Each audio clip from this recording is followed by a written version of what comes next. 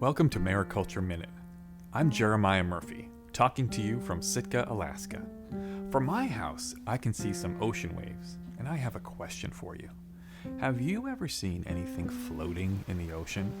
It might be brown or brownish green, have long leaves that swish around in the current. Maybe there's something long that looks like the stem of a plant. That's probably kelp. There are many types of kelp. Here in Alaska, we have bull kelp, three-ribbed kelp, sugar kelp, and lots more. Kelp is a kind of seaweed, and kelp can be a food or used to make things. Alaska has all sorts of good places to farm kelp. Here are some sounds of kelp farming. Kelp farming can take place in a variety of water environments, inside a building or a laboratory with circulating water tanks, or out in the ocean, where you have to ride a boat to find your kelp farm. The ocean kelp farm consists of ropes called lines and heavy things like anchors and floating things like buoys. Then, after a lot of hard work, kelp grows in the ocean without any fertilizer. You don't even need to water it. The ocean takes care of that. But once it grows, then what happens? What do kelp farmers do with this stuff? Today, we're on the phone with Kathryn Carovano from Kachemak Kelp. She'll talk to us about product development and marketing. Kachemak Kelp just won an Alaska Symphony of Seafoods Beyond the Plate Award for their bath product, Selkie Soak. But first, here's how Kathryn got interested in Alaskan kelp. Some years ago, Kathryn used to spend summers in Kachemak Bay, which is around a 4-hour drive south of Anchorage. And it was there she noticed shellfish farmers complaining about something. It was one of the first areas in Alaska that had permitted shellfish farms. And shellfish farmers find that seaweed grows abundantly on their gear, and it's kind of a problem, actually. Right. And just talking with neighbors, friends who were in that industry, they were the ones who raised the question of, gosh, this stuff, there should be a market for it. So, people were upset with kelp fouling up their shellfish gear, and Kathryn saw a business opportunity. All right, here we go. Grab your favorite hot drink, snap open your brainstorming scratch pad, and keep an eye on the markets because it's time to sell some seaweed. What would you say is the current market for Kachemak Kelp's products? Who's buying them? Well, let me just, first we have two very different types of products. Sure. We sell primary processed kelp, which is dried kelp primarily, and we sell that to other food producers right now. Our biggest clients are Chugach Chocolate and Barnacle Seafoods. So we sell it as an ingredient. And that was sort of initially where I think we thought most of our sales would be. But our work is supported by grants, and one of the grants was to really address processing and marketing bottlenecks. And we discovered there wasn't a huge demand for simply, dried kelp. Mm-hmm. So we felt like it was important to create some of our own products and really better understand what the challenges of marketing kelp from Alaska were by doing it. So we created some value-added products. We sell some condiments. Okay. The biggest seller is our Killer Kelp Crisp, which is a chili crisp. And another one that has sort of just recently taken off is a bath product, Selkie Soak. I just wanted to pop in and talk about a couple business terms. Kathryn mentioned processing and marketing bottlenecks. A bottleneck in business is when you have a lot of something, but something is slowing you down from selling it. Things aren't moving as fast as you'd like. So in this instance, some kelp farmers might have a bunch of kelp, but could be struggling on finding a place that can process it. Maybe drying it out, or they can't find customers to buy it raw. Which leads me to a term Kathryn just mentioned, value-added product. This is when a company adds something to a raw item, maybe some spices, or they cook the product a special way. And that new thing is a value-added product. Taking kelp and adding tomatoes and vinegar, I don't know, maybe a little salt and sugar to make it into a ketchup would be a value-added product. And then the last sort of product line we're working on now is biostimulants, which are basically fermented kelp that produces a liquid that is used for farmers and gardeners as a plant stimulant. So we don't have that on the market yet, but probably within the next 6 months we will. Yeah, and just I would say our market for our products is primarily Alaskans and visitors. That sounds like you're doing all sorts of exciting stuff with kelp. What do you think consumers like about these products?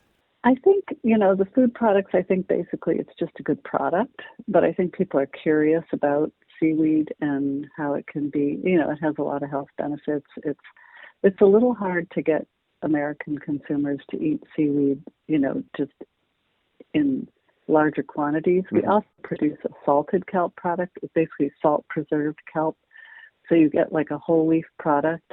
You rinse it and use it as you would fresh seaweed. Right. And we're finding that that's mostly something that chefs, people who are, into really experimenting with their cooking, are interested in. At this point, we've really done a very, very small marketing campaign. This last year, we produced very small amounts. We distributed primarily to chefs and through one outlet, the Salmon Sisters shop in Homer. Huh. But it's still new to most Americans. A lot of people eat seaweed. They eat those little nori sheets that you get, that kids love. But right. Other than that, it's kind of getting people used to and thinking about how to integrate seaweed into their diet. So the food market is tough, and that's partly why we sort of looked at other ways to use kelp, because our goal was really to support the whole seaweed industry in Alaska. Okay. Starting with being able to, a lot of people get into seaweed farming, but it's a lot harder for them to find, once you harvest the seaweed, you don't have, somebody has to handle it, deal with it, process it, and find markets for it beyond just the farmer selling it to the processor. So that's kind of what we've been doing. And the food market, I would just say, is growing but constrained. And there are people trying to figure out sort of bigger quantities. It's like there's a guy on the East Coast who's making meatballs, or they're not meat, but they have seaweed in them. Yeah. And, integrating them into products that use more seaweed than the condiments. But the bath product, the Selkie Soaks, that's our bath product. Right. It's essentially like a tea bag filled with dried seaweed and mineral salts and calendula flowers. Okay. And, there's a whole history of, it's called thalassotherapy. Yeah. Seaweed bathing, which goes back, centuries in Europe, and it's really most popular now in Ireland. Huh. So we thought, well, this is something we could do in a simplified form with the dried seaweed. And it's easier to produce. It uses more seaweed. It's kind of a novelty product. We just continue to look for ways to engage consumers with seaweed, and food's not the only way. And then the biostimulant market, I think, has a lot of potential because it can absorb larger quantities of seaweed.